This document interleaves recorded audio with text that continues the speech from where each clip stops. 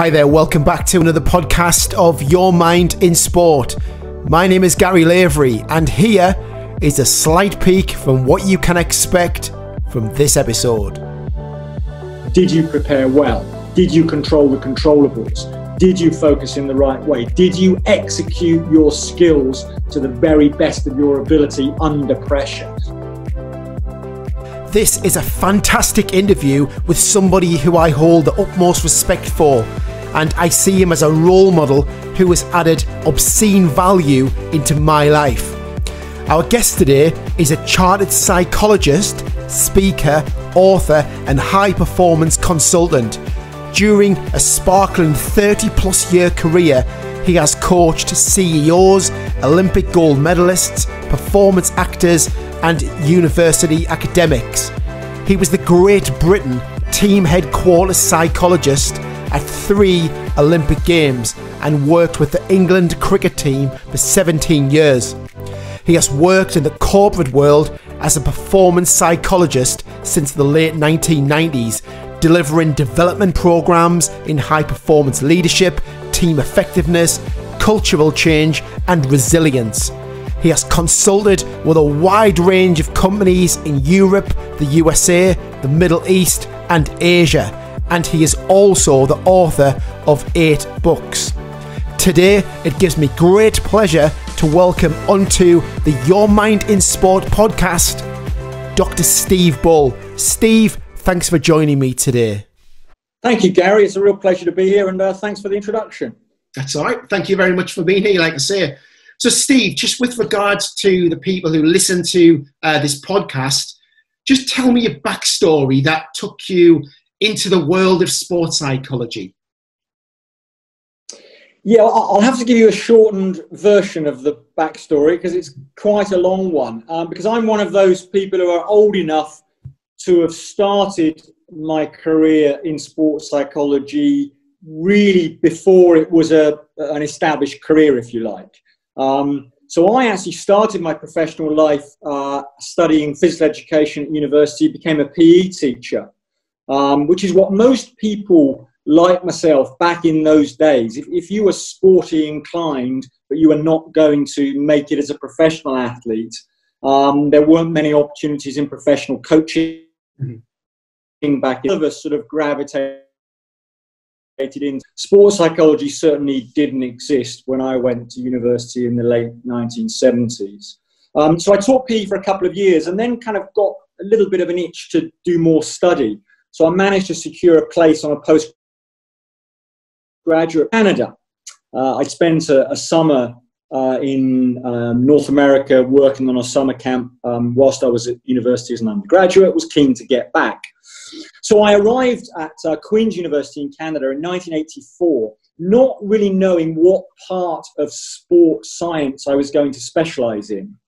But one of the tutors there suggested I met a guy called John Albinson, and he had just arrived back from the Los Angeles Olympics in the summer of '84, and he'd been there working with the Canadian team. And he and I were sort of thrust together to work together. He was going to be my supervisor. I'd never really heard of sports psychology, but was excited to hear about what he'd been doing at the Olympics. And as soon as he started telling me about what his role was, immediately I thought, yeah, I get this. This sounds exciting. Yeah. And I ended up working with him, doing my complete master's degree with him. Then I came back to the UK and studied for a PhD in the late 1980s, which was just at the time when sports psychology was starting to take off. When I say starting to take off, it was a pretty slow takeoff, but it was just starting to establish a presence. So in that respect, you know, I was fortunate to be in there at the beginning, which was an advantage on the one hand, because there weren't many of us around, but it was a significant challenge on the other because, you know, we were trying to establish the credibility of the profession. And there was an awful lot of skepticism and cynicism around, as you can probably imagine, in the late 1980s. But that's how I started. You know, in the late 80s, I started to, I had a job working at university. When I finished my PhD, I started working with some sports teams and getting a foot in the door in sport rolled on, I started to migrate into business, and then sort of had this sort of twin-tracked career, if you like, for a couple of decades where I was working both in high-level sport and doing business coaching too. Yeah, great stuff. So in the beginning, when you've gone through that particular journey, what specifically did you want to accomplish as a sports psychologist? Well, I guess the first thing was the, inbuilt passion and enthusiasm that I had for sport, which I wasn't able to take beyond sort of high school and university, because I wasn't ever going to be a professional athlete. But that would have been my first choice had I been good enough at anything to be so. Yeah. So to work in that environment, in that high performance elite sport environment, was clearly exciting because I'd always had a passion for competitive sport. So that was a draw. But when I was at university doing my undergraduate, I'm very interested in, firstly, educational psychology and then psychology generally. I did find that I had this sort of inner drive to understand people and understand behavior and understand personality differences and how and why they played out. I was right from an early age really intrigued by the whole nature-nurture debate. To what extent are you born with your personality and behaviors, or to what extent do you learn them, and what's the balance and how they interact. So all of that stuff really, really interested me. So I felt very lucky to be offered the opportunity to combine that, boyhood passion for elite competitive sport with what became a more matured sort of interest in understanding people. To marry the two was just great. And once I'd started on that path, I really never looked back. So my goal really was to work in sport, but, to make a difference by not just helping these athletes perform better, but helping them develop and grow as people in their self-awareness, hopefully making their personal effect prove as opposed to just being better on the field. That motivated me just as the performance stuff did, to be honest. Yeah. And I guess with regards to people, obviously people is important. And sometimes that, as a person who watches sport, we sometimes forget that they're only human as well. And obviously the role of yourself and other sports psychologists can help influence that actual behavior that you mentioned earlier on. You've also mentioned, that. Yeah, and just sorry, go on. Right. So I was just going to add to that. This is starting to be talked about more and more these days, actually. But there is this interesting challenge that the elite high performance environment in sport, in lots of ways, isn't a particularly healthy one. Mm-hmm. Some of the behaviours that you have to adopt, the kind of lifestyle that you have to adopt to make it, don't sit particularly well with a lot of stuff that you'd read about good mental health these days. Yes. And that is as much the case now as it ever has been. The difference now is there's more support around to help athletes deal with that, and not an overly healthy environment. And that's quite an interesting challenge, to work in that environment and do what you can as healthy as possible against the backdrop that this is not real life. This is a different form of existence these athletes are living through. Yeah, absolutely. And I guess it's changed over the years. If you think back to maybe it's like 10 years ago, things like mental health, I think it's always been out there, but with regards to putting more publicized, it's kind of more available now to athletes. And I just want to go back to a point that you made with regards to your passion for being a sports psychologist and helping people be the best versions of themselves. But what's important to you as a sports psychologist alongside passion? Well, not necessarily just as a sports psychologist, but the whole notion of self-awareness, understanding who you are, understanding your strengths, appreciating your limitations, managing those two, understanding your personal values, understanding your life story, understanding your goals and aspirations and where they come from. You know, that whole area of self-awareness, which is talked a lot more about these days than it ever was in the past. Mm-hmm. But it's a big area and it never really stops. I mean, I'm in my 60s about myself. It just never stops. That really, you know, energizes me. I am passionate about that.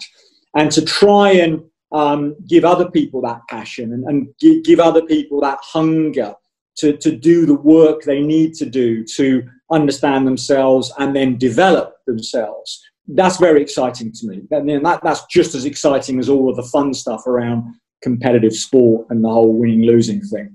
Yeah, absolutely. Absolutely. That's a really good point, that as well, Steve. So with regards to like some of the challenges that you faced or some of the challenges that you've had to work with athletes around, can you just give me a rundown of some of those challenges, those complicated challenges that you've helped athletes overcome? Well, yeah, that's a huge question. We could probably spend the whole podcast talking about that one thing, Gary. But I mean, the biggest challenge that I and my colleagues faced in the, let's call them the early days, back in the late 80s and early 90s, the biggest challenge we faced individually and professionally was really selling the product. Yeah. You know, was convincing people that sports psychology had something to offer, the coaching process. You can imagine back in those days, you know, elite sport, particularly men's elite sport, was very, very sort of testosterone driven, macho, you know, locker room banter kind of culture. And the idea of getting into this, what they perceived as fluffy area of psychology, you know, there was a lot of resistance. And one of the disappointments, if I reflect on my career, was how many years in the early part of that career, and how much time we had to spend selling the product before actually doing any work. And part of me is often a little bit envious of sports psychologists these days because they bypass that first stage because there's much less pushback now than there was then. You know, if I was presented with a team of athletes back in the 1980s, you could be absolutely sure that at a very crude level, you could split that group into 3 groups before you even started. 1/3 of them, you were never going to win over. Mm-hmm. You know, they would dig their heels in, psychology, not for me, not interested, and the barriers would be up before you even spoke. 1/3 at the other end would have an open mind.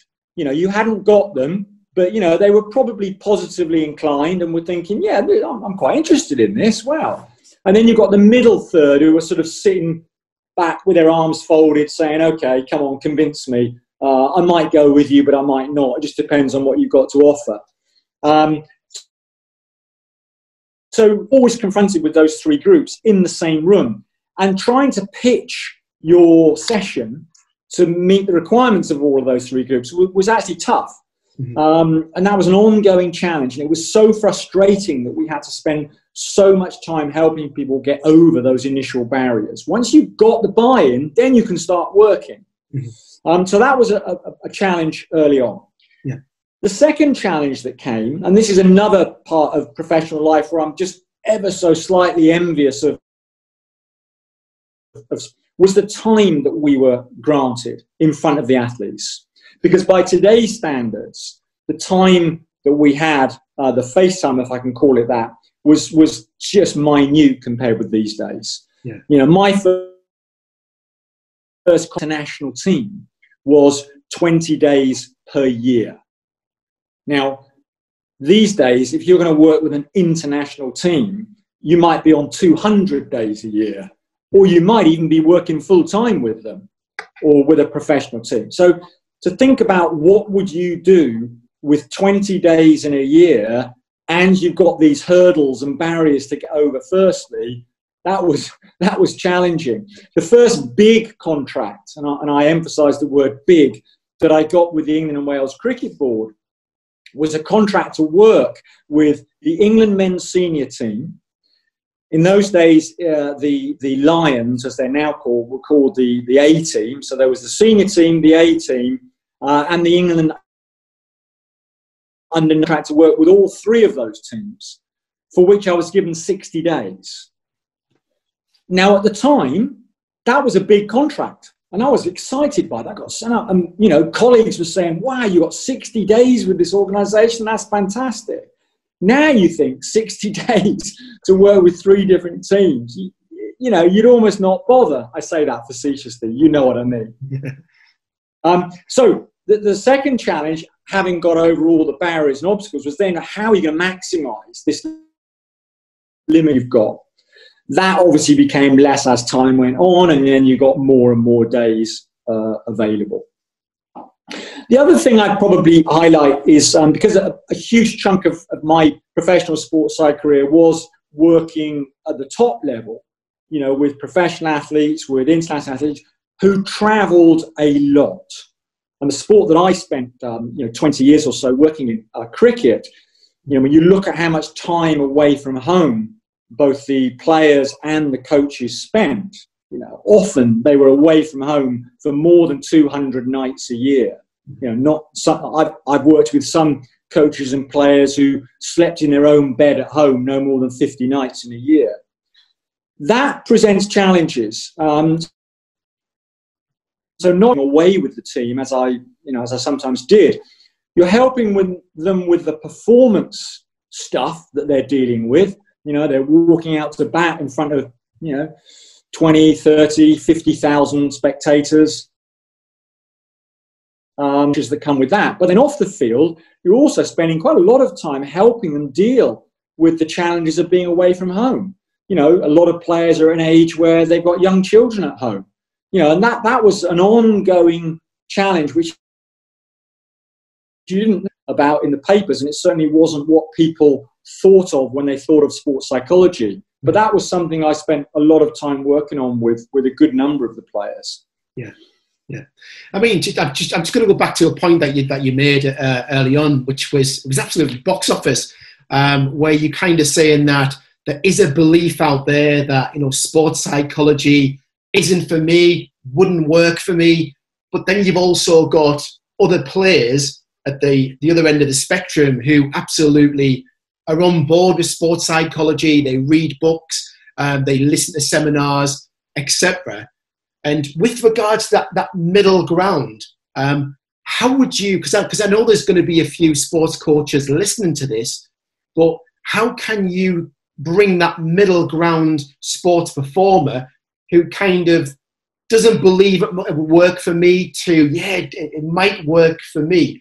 How would you bring them forward to actually saying, do you know what, sports psychology is for me?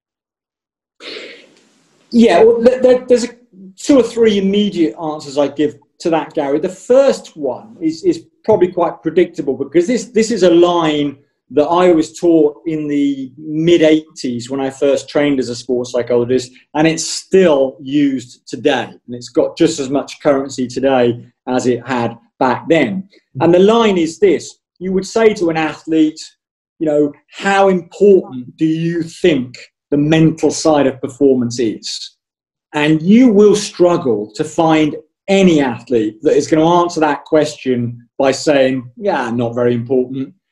On the day, all these old cliches about, it's what happens between the ears that counts, it's 95% mental on the day, all of that kind of stuff.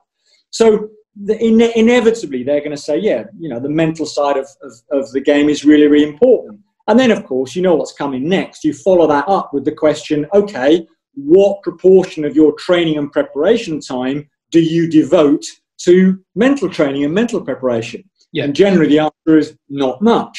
And then you kind of sit back and say, okay, do the maths yourself, figure, what's going on here. On the one hand, you're telling me that it's so important, and on the other, you're telling me you don't practice it. That's right. Come on. Yeah. So that's number one.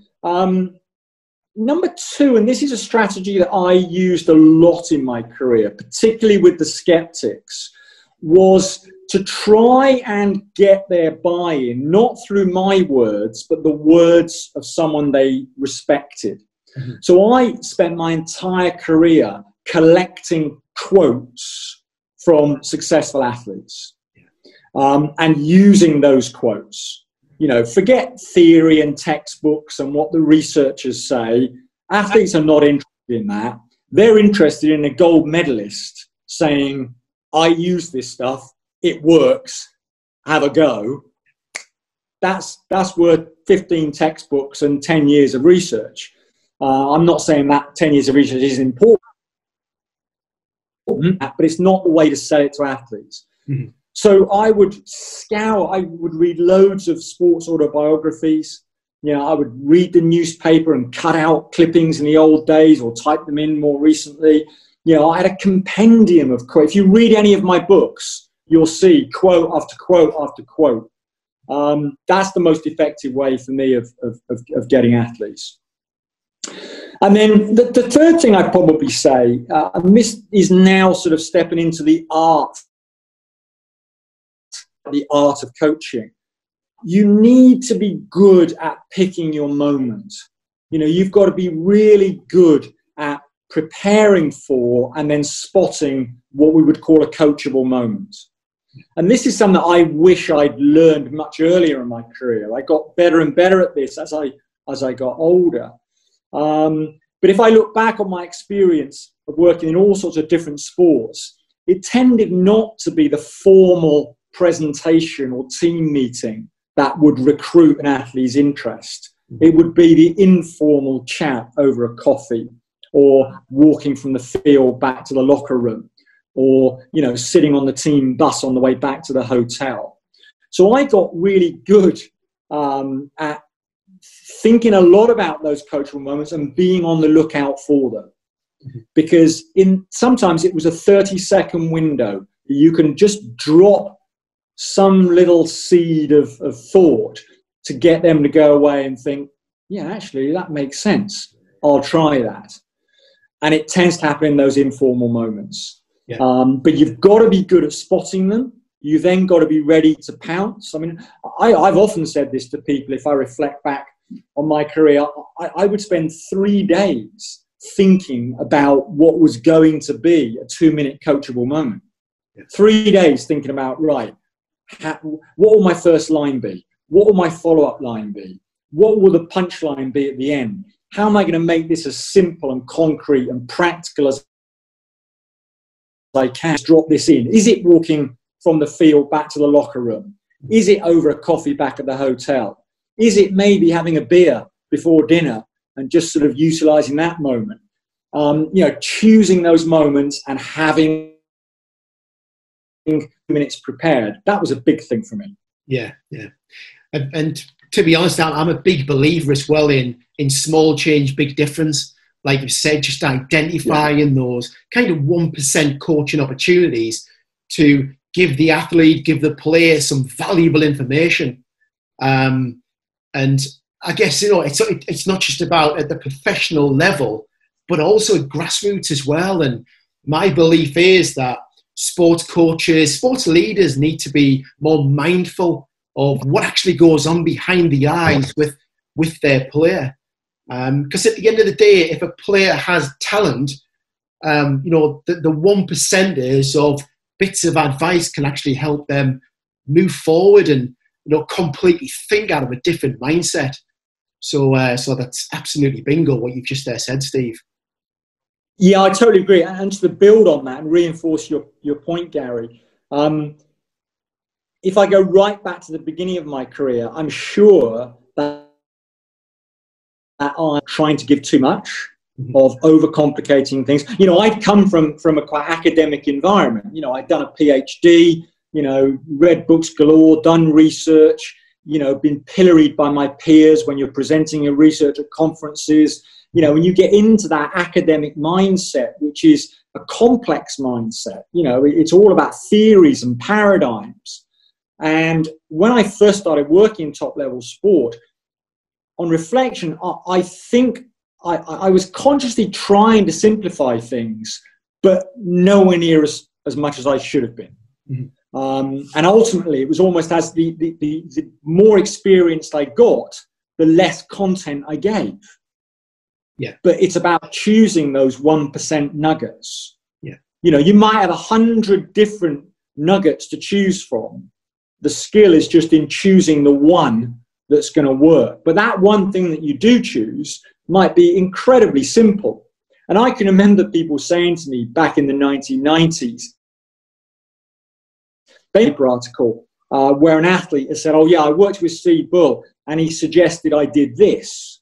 And then they'd read that and they'd say to me, what, you've got a PhD to give that recommendation? That's flipping obvious. I could have given that recommendation. But what they didn't appreciate was there could have been 25 other incredibly simple recommendations to give that athlete, but they wouldn't have been the right one. Mm-hmm. So the skill was picking the right simple intervention to give them. But when you just see that on its own, it looks, you know, there's a real knack to having this vast array of simple things. But yes, you're absolutely right. Keep it simple. And one thing that helped me actually, certainly during my England cricket career, was when I first started working with the England players back in the late 90s, it was still back in those days of cynicism and skeptical thinking, et cetera, et cetera. So I used to get quite a bit of my feedback almost through what they used to say in the press. So, I mean, I never encouraged about our work in the press, but some of them wanted to, and it was always an interesting little news story. But it intrigued me how I'd pick up a press article and they'd reference something that we talked about, which might have been incredibly simple. And at the time, I hadn't clocked that actually had really landed for them, because I was thinking, well, that wouldn't give them much because it's too simple. And yet they're saying that was the thing that helped me. And that was really good feedback for me. I'm thinking, wow, I've got to be more tuned in to less. And that's a maxim that I've tried to live most of my career with. Less is more. I remember being given some brilliant advice before I went to my first Olympic Games. And again, this over 3 Olympic Games, I got better at this as time went on, which the advice was, if you go to the Olympics as a psychologist, you've got to be really good at not doing anything, because you are far more likely to make a mistake by intervening when you shouldn't have done than by intervening when you should have done. Yes. Now, you could apply that to coaching as well. You know, you read a lot of these great coaches, they'll say, particularly on match day, hey, I just step back. You know, less is more. But when you are paid to be going to do a professional service, there's a voice in the back of your head that says, well, I need to be doing something here. I need to be intervening. I need to be coaching. Whereas actually the best coaching you can give is often just to sit back and wait. And then again, it's being on the lookout for those coachable moments. Yeah. So I often used to say, when I did sort of peer supervision sessions in sports psychology, I would often say that whether it be at the Olympics or a day with the England cricket team, I would sometimes earn my money in 2 minutes. 2 minutes work would earn me my day's pay. But it's choosing that 2 minutes and being really good during that 2 minutes. And the rest of the time, your job is to know, no, hang back. Now's not the time. Wait. And there's a discipline attached to that. Earn your money in those 2 minutes when you deliver that coachable moment. Yeah. Steve, do you think your presence of just being there actually made a difference to some players? Well, I think that's a really interesting question, because I do have a view that sometimes, dare I say often, as the sports psychologist, you can be the intervention. I remember when I did my PhD on adherence behavior, and I remember reading some research on adherence to exercise programs and the various factors that influence whether people stick to an exercise program or not. And one of the most significant factors, if not sometimes the most significant factor in whether someone sticks to an exercise program or not, is the personality of the trainer, the personality of the instructor. You know, they are the intervention. And if it wasn't for them, adherence goes. I think there's an element of that in sports psychology. If you build a strong relationship with athletes, and I'm not talking here about a dependent relationship. you know, but when they see you, when they talk to you, they know what you represent. Yeah. And what you represent is calmness, is composure, is confidence and belief under pressure. You represent, you know, quite a concrete, down to earth, look, here are the basics here. You know, get your pre-performance routine sorted out. Make sure you do some visualization the night before. Make sure you engage in positive self-talk. When they look at you, they almost see those things. You know, you're the visual cue, if you like. And when you've worked with an athlete for a while, you almost don't need to say anything, but they look at you, they have a cup of coffee with you, and they know what you represent. And in that extent, it is almost like you are the intervention, if that makes sense. Yeah, absolutely. Steve, with regards to visualization, especially visualization, when you're working with high-performing athletes, as easy as visualization sounds, did they get it? Did they understand how you do the process of visualization? Yeah, well, if I go back to my 3/3 back in the day, in front of me, and I started to talk about visualization, you could apply a different version of the 3/3 model. So a third of those athletes would not visualize very much and would be totally resistant to doing it. Too fluffy, hypnosis, not interested. Yeah. Another third would already be doing it and doing it well. They just might not be aware that what they were doing was a standard sports psychology skill. Mm-hmm. But they were doing it. And you almost just had to make them aware that, you know, you already do this. Oh, really? And then you've got that group in the middle who might be dabbling. They might do a bit, but they weren't using it particularly productively. They might even be using it counterproductively sometimes. They had an open mind to using it better. And those were the ones that were good to work with, that middle third on visualization. Yeah. But over time, I think the profession is pretty tough for an athlete to deny that visualization is not a helpful skill. There's just too many anecdotal references from gold medalists and international performers who say it's an integral part. Yeah. I mean, even if you go back to the classic Jack Nicklaus quote, you know, the famous Jack Nicklaus, the golfer, in his book, I think was published in 1967. And he said he never hit a shot, not even in practice, without visualizing it first. He never worked with a sports psychologist. He developed that himself. But that's what great performers did. So for a lot of athletes, as my career progressed, it wasn't so much about teaching them visualization as a new skill. It was helping them refine it and hone it and make sure that they were using it productively as opposed to counterproductively. Yeah, yeah. And I mean, just going back to Cricket Live 99, one of the key moments that I took away from watching that presentation by yourself was Mike Atherton's quote where he talks about, you know, the visualization is vital. And then you also give reference to Nasser Hussain on the morning of a test match. Out he goes, an empty stadium maybe, just going out there with his bat, looking, focusing, visualizing, going down the other end, doing exactly the same process. How useful do you think those visualization techniques would be at kind of grassroots and youth sports levels?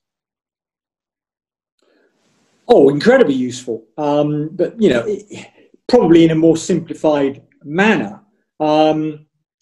Just to pause before I specifically get into that, Gary,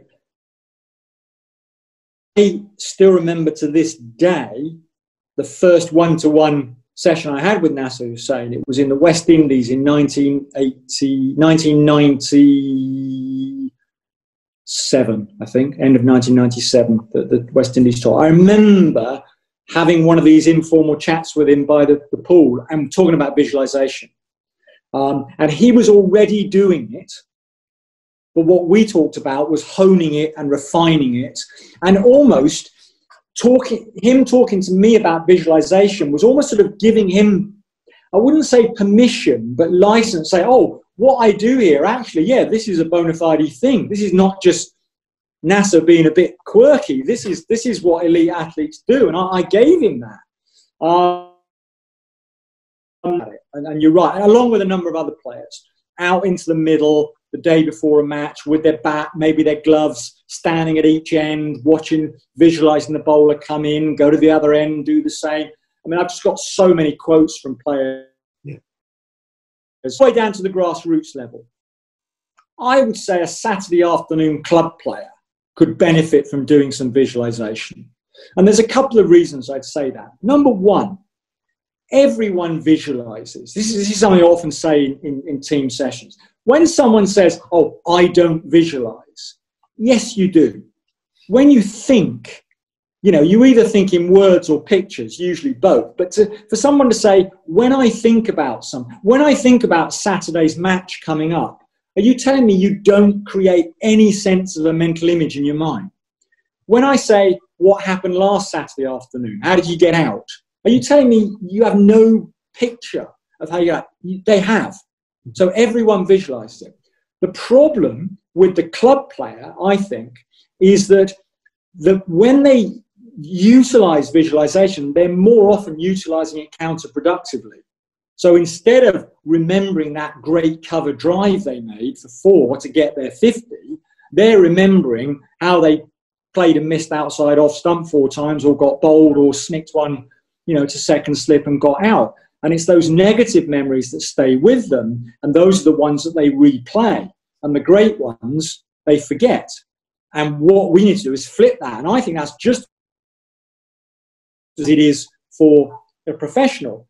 Again, I mean, my sport these days is golf, and you know what's coming next. That predictable Sunday morning golfer, who rushes onto the first tee, and gets off to a bad start. And then they come to the classic line for an amateur golfer. Oh, I always hit it in the water here. Oh, I always slice this one out of bounds.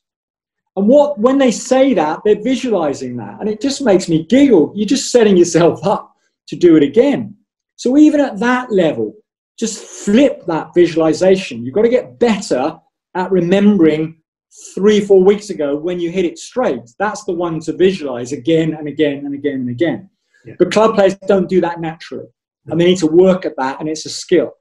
And what they're doing there is no different from what an elite athlete would do. It's exactly the same principle. Now, they might not do it as much as an elite athlete. I wouldn't necessarily recommend that, someone who works in a bank and plays cricket once a week on a Saturday spends half an hour every day visualizing like the elite players would. But certainly, the night before the game, the morning of the game, half an hour before you go out, you should be doing some visualization. If you're not giving yourself the best chance. It's simple as that. Yeah, that's right. I mean, just going off the back of what you said there, there's a famous quote. We also use this quote in NLP as well as in the corporate world. And it's, you get what you focus on. So focus on what you want, or focus on the right things. And, it doesn't matter what performance you go down, or what behavior you demonstrating. It all stems from a mindset. And in my line of work, this is one of the key messages that I'm really pushing out there, whether you are an operations manager, a team leader, a team coach, a sports performer, is everything starts with you, and it starts from behind the eyes. Some people get it, some people would argue against it, but hey ho, that's the way that things are. But one of the things that keeps coming up in sport is failure. There's a lot of people who look towards failure and are motivated by failure rather than looking at success and being motivated by success. So how would you specifically work with an athlete who has a fear of failure? Well, I think the majority of people have a fear of failure. I don't think that's an abnormal thing. And that would be one of the first things that I would say to an athlete who is demonstrating that fear of failure. You're not unusual here. What is unusual is athletes who are productively motivated by fear of failure. Now, they do exist, but there just aren't that many of them in my view. Yeah. Okay. So the most obvious example is probably Johnny Wilkinson, for whom I've never met Johnny Wilkinson, but I have incredible regard and respect for him as a bloke and what he achieved. But it seems to me, from what I've read, that he was actually productively motivated by fear of failure. Mm-hmm. And that's fine for him. I don't think that's the norm. And in that sense, I mean, Johnny was an incredible role model for younger athletes in terms of his practice ethic and his routines and all of that. But I wouldn't say I wouldn't choose the bit of him that was motivated by fear of failure as the role modeling bit. Yeah. Because for most people, if you try and tap into fear of failure, in my experience anyway, things go from bad to worse. Mm-hmm. So, yeah, there's a small portion of the population like Johnny, but let's leave those aside because they're not the norm. For most people, number one, acknowledge that fear of failure is not weird. It's not unusual. You know, it's a normal thing. Mm-hmm. But what we've now got to do is just deal with that. And the way we deal with it is not by trying to stop it. This is my view anyway. Mm-hmm. It's a bit like negative thinking. Too many people make the mistake of telling themselves to stop thinking negatively. Oh, I shouldn't think negatively. Stop that. Oh, I've got to stop worrying. And you're focusing on stopping that behavior. The best way to stop it is to replace it with something positive. And you replace it with the alternative. So you replace it by the positive thoughts, the positive visualization, but you start to get excited by the success bit. Mm-hmm.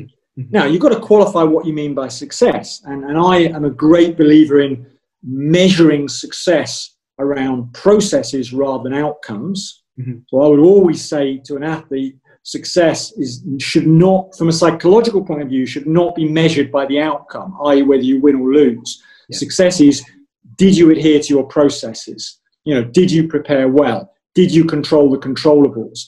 Did you focus in the right way? Did you execute your skills to the very best of your ability under pressure?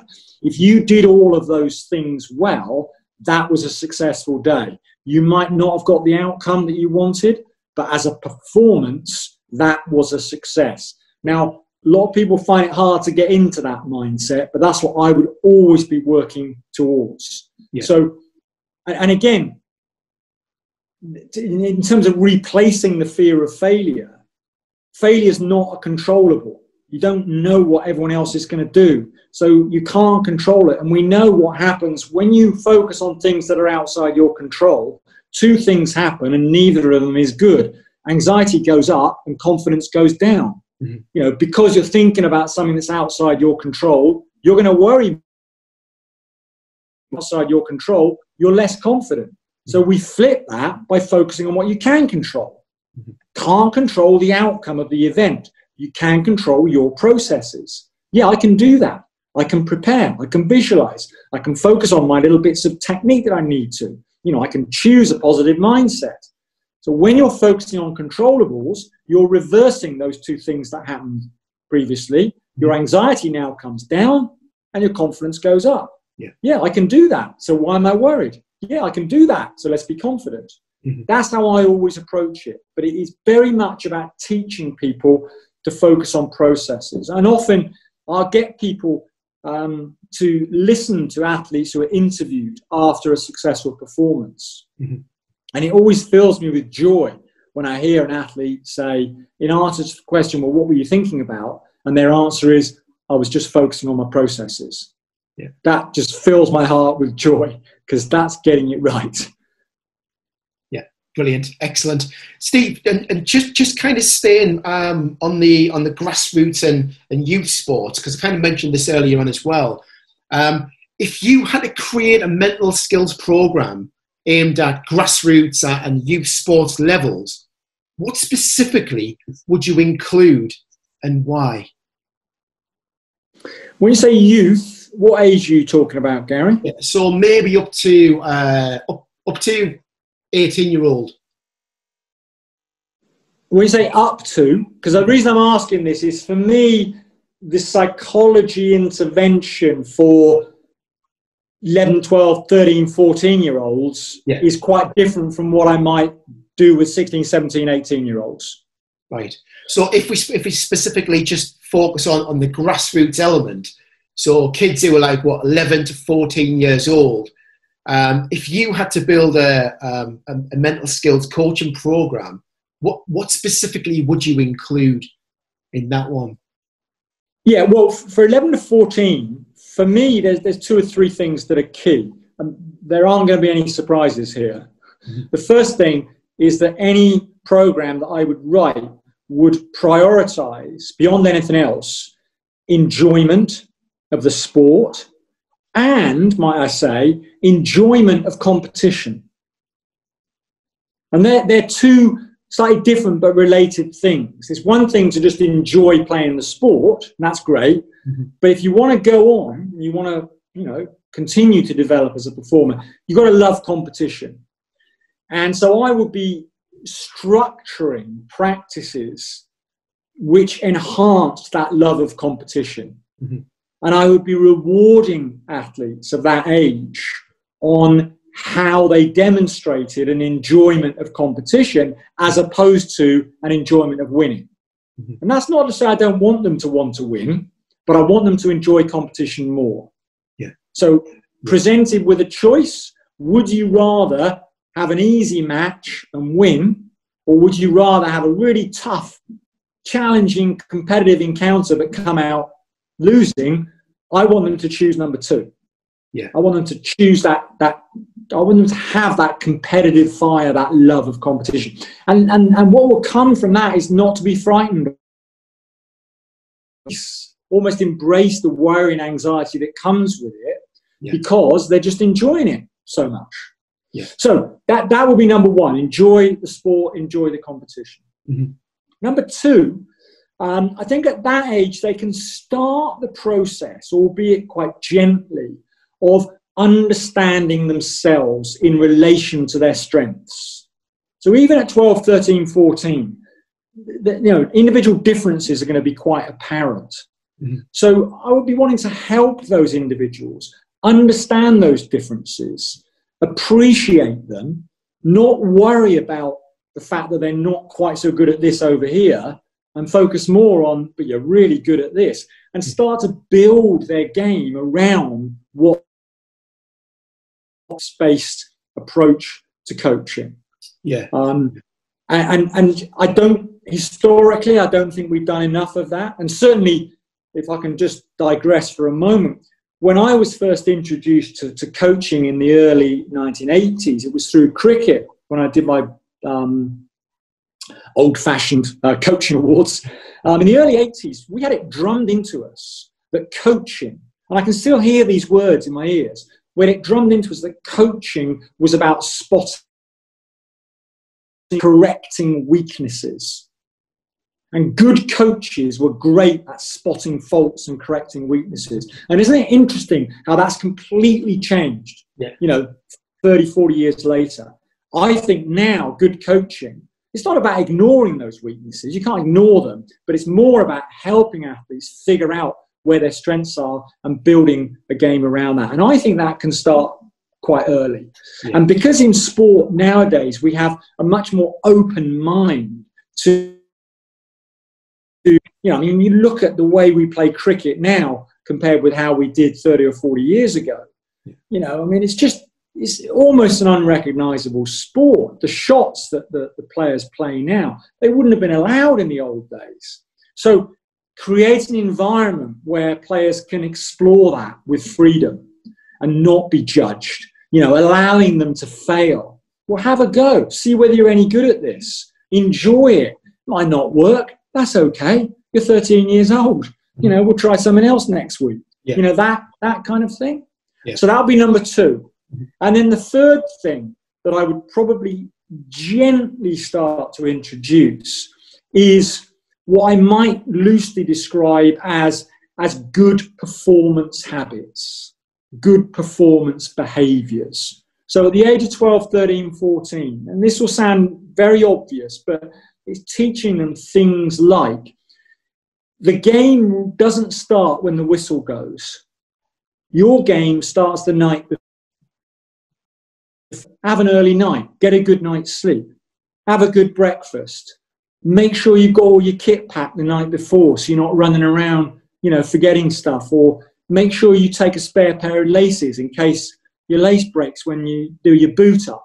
Mm-hmm. Make sure you get to the ground half an hour earlier than you might naturally do if you didn't think about it. Mm-hmm. Make sure you're starting to develop a kind of warm-up routine that you're comfortable with and works for you. Yeah.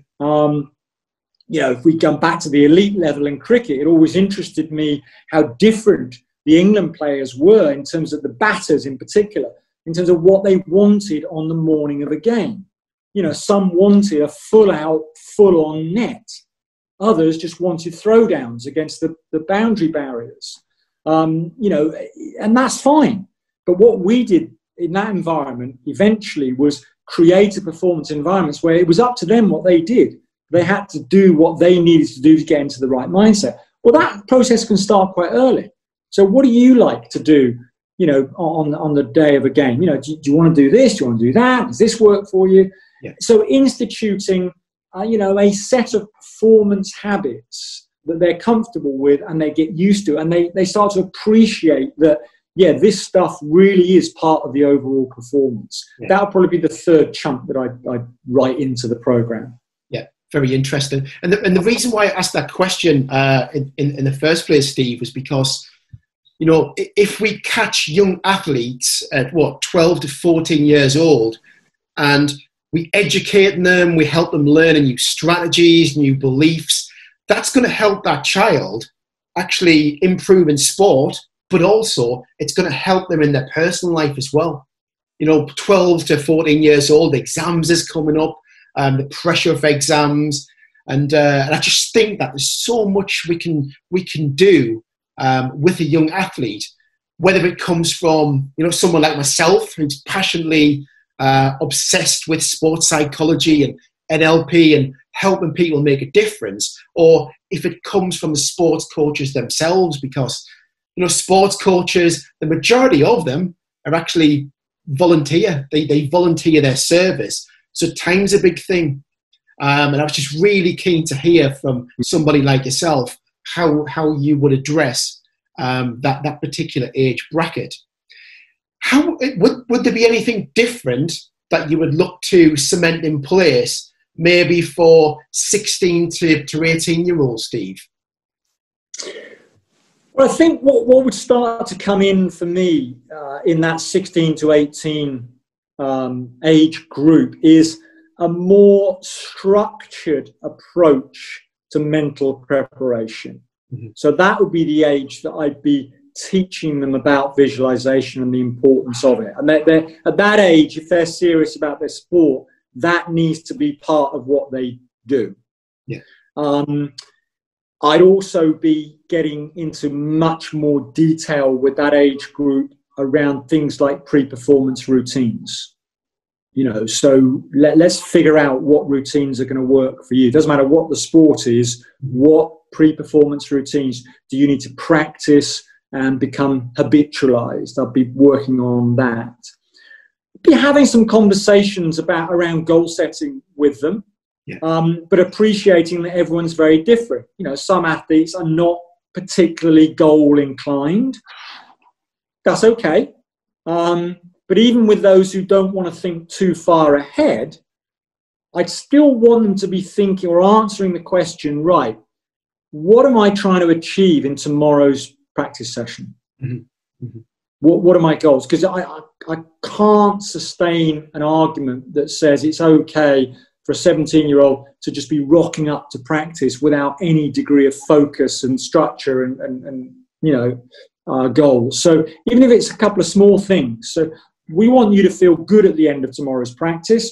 What are you going to do to make that happen? Yeah. And that's at the very least I would do in terms of goal setting. Some of them who are into goal setting, I might be talking about a 3-year plan.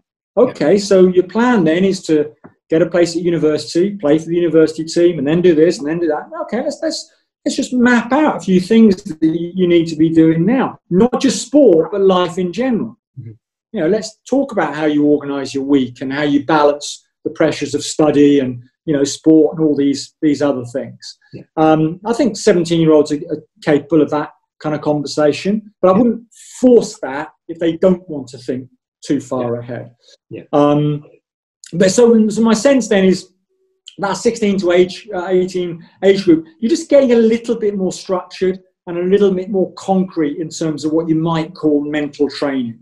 And the great thing, as you said, Gary, and I completely agree with your point, all of this stuff that we do with these athletes is applicable to life in general. There's very little in sports psychology that you can't tweak to help people, in life generally. And that's, the second half of my career has been doing exactly that. It's moving from sports psychology into business, like yourself, and taking those performance psychology principles and applying them in the business world. I've worked with professional actors, as I think you said in the introduction. They're not interested in sport. They're not interested in business. They're interested in performance, and they're interested in managing themselves effectively. So I've just applied sports psychology principles to the acting world. So the extent to which these things are transferable, I think, is incredibly exciting. Brilliant. Steve, thank you very much for coming on to the Your Mind in Sport podcast and sharing the volume of information that you have. And any sports coach or sports performer who has listened to the interview, I'm sure they've been absolutely blown away with the amount of key points that's absolutely relevant to what they do in sport. As humans, we kind of listen to things, we soak up information, but we're not necessarily as good as what we could be at taking action. And my advice to anybody who has taken any learnings away from today, you need to put them into action now. Steve, thank you very much for giving me an hour of your time. I really appreciate it. Thanks again. Thank you, Gary, and thanks for the invitation, and thanks to your listeners if they've made it through to the end. But I really enjoyed the conversation. Congrats on the podcast. Keep up the good work. It's been a real pleasure talking with you. And that's it for another episode of Your Mind in Sport. I really hope that you've enjoyed that conversation as much as I did with a role model. I really do see Steve as someone who I aspire to be in the future. He's added so much value into the world of sports psychology and also into the world of business now. And even if you do one thing differently, you've done something that you never did yesterday. So thank you very much for listening, and I'll see you very, very soon for another episode of Your Mind in Sport. Have a great week, and bye for now.